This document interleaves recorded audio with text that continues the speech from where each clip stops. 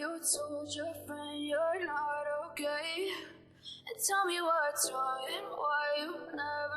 আসসালামু আলাইকুম এভরিওয়ান, কেমন আছেন? আশা করি ভালো আছেন। আমি আজকে তৈরি করে দেখাবো জলপাইয়ের ভর্তা।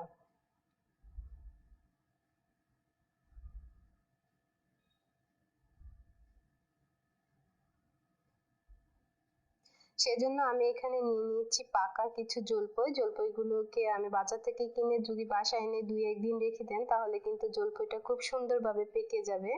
সেই জলপাইটাকে ধুয়ে আমি সুন্দর করে পরিষ্কার করে নিয়েছি। দেখুন কি সুন্দরভাবে হাত দিয়ে চাপ দিলে এভাবে কিন্তু গলে যাবে। এভাবে করে সবগুলো জলপাইকে আমি সুন্দর করে মেখে নিব হাত দিয়ে ভেঙে।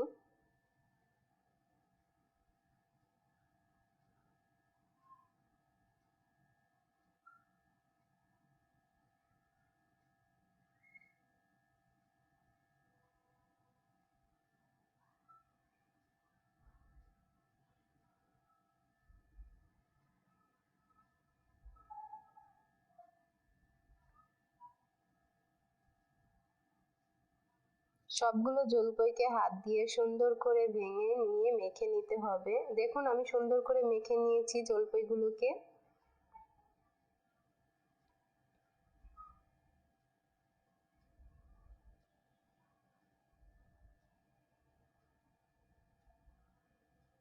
দিয়ে দিব হাফ টেবিল চামচ শুকনো মরিচের গুঁড়ো। এটাকে আমি শুকনো মরিচটাকে ভেজে সুন্দর করে গুঁড়ো করে নিয়েছি। দিয়ে দিব হাফ টেবিল চামচ ধনিয়া পাতা কুচি,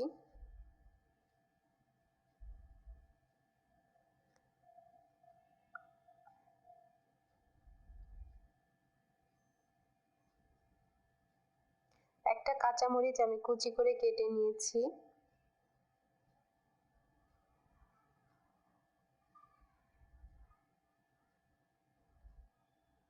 হাফ টেবিল চামচ চিনি দিয়ে দিব,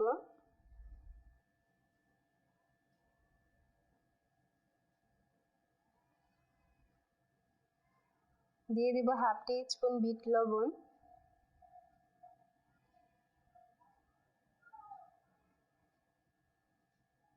সামান্য সাদা লবণ,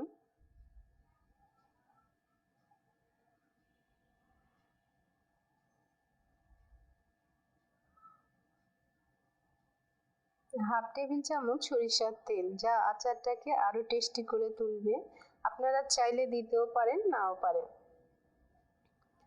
সবগুলো উপকরণ দেওয়া হয়ে গেলে হাত দিয়ে সুন্দর করে ভর্তাটাকে আমি মেখে নিব, সবগুলো উপকরণ যাতে জলপাইয়ের সাথে ভালো মতো মিশে যায়।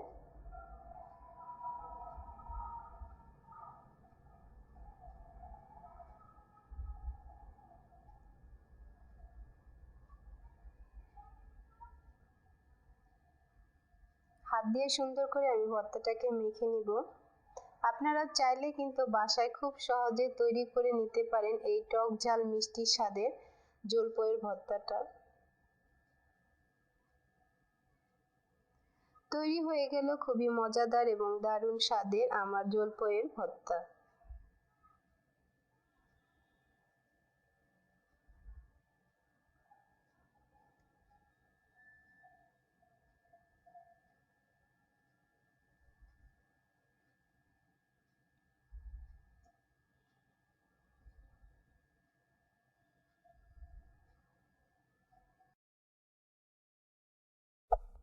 There.